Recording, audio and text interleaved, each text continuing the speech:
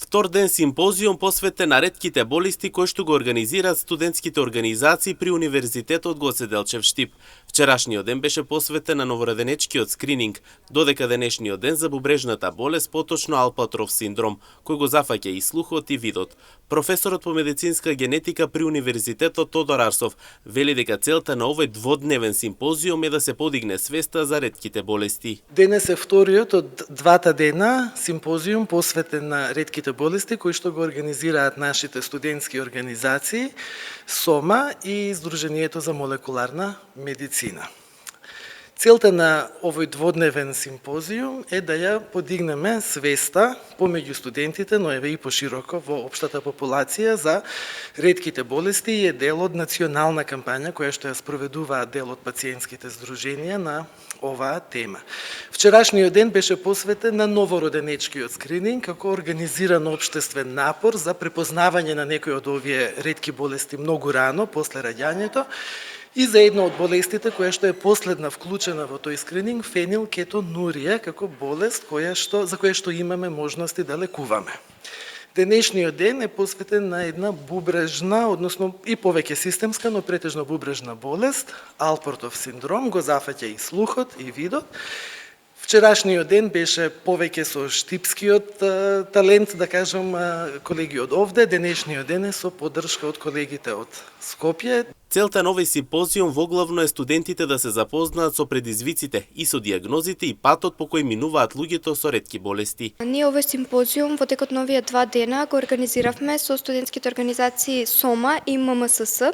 И целта на овој симпозиум ние уште како студенти да се запознаеме со предизвиците, но и со диагнозите и патот кој го минуваат овие луѓе со ретките болести. Сметаме дека е особено значење уште како студенти да бидеме запознаени со оваа проблематика за еден ден како идни доктори во понатамошниот тек на нашата кариера да бидеме подготвени и да им пружиме максимално помош на овие луѓе и на нивните предизвици со кои се соочуваат.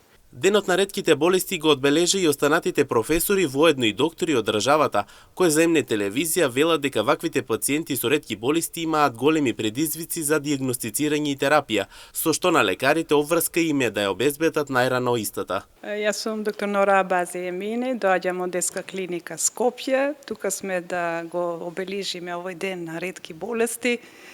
Февруари е фактички цел месец на ретките.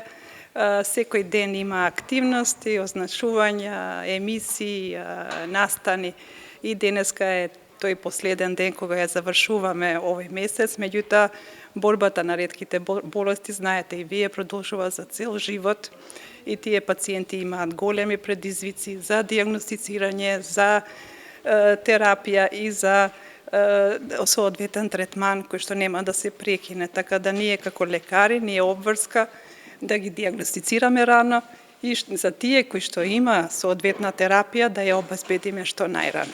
Задоволство ми е да бидам овде гостин на УГД Штип, нели? За денеска ќе презентираме за една ретка болест од областа на детска нефрологија, тоа е така наречениот Алпортов синдром, за што веќе кажа професор Тодор Арсов.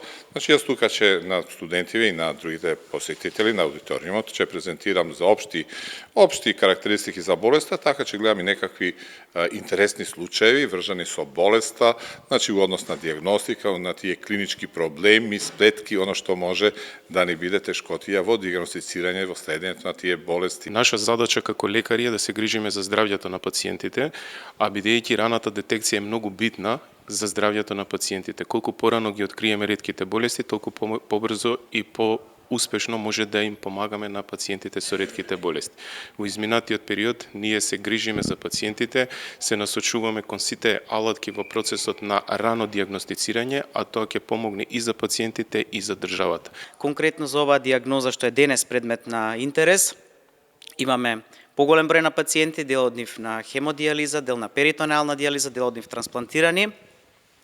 Така што ова е заболување чие што препознавање може да потекнува дури од најниските столбови на здравствена заштита, што од примарно ниво, затоа што со еден обичен урина со седименти, наод на микрохематурија, веќе може со позитивна фамилиарна анамнеза да се насочи од прилика диагнозата и да се упати навремено на нефролог. Инуко ваквата иницијатива од страна на студентите беше топло поздравена од страна на професорите, бидејќи како што и самите тие велат, тоа се нивните идни колеги, со што целта е повеќе доктори во иднина бидат вклучени и запознаени со ваквите болести.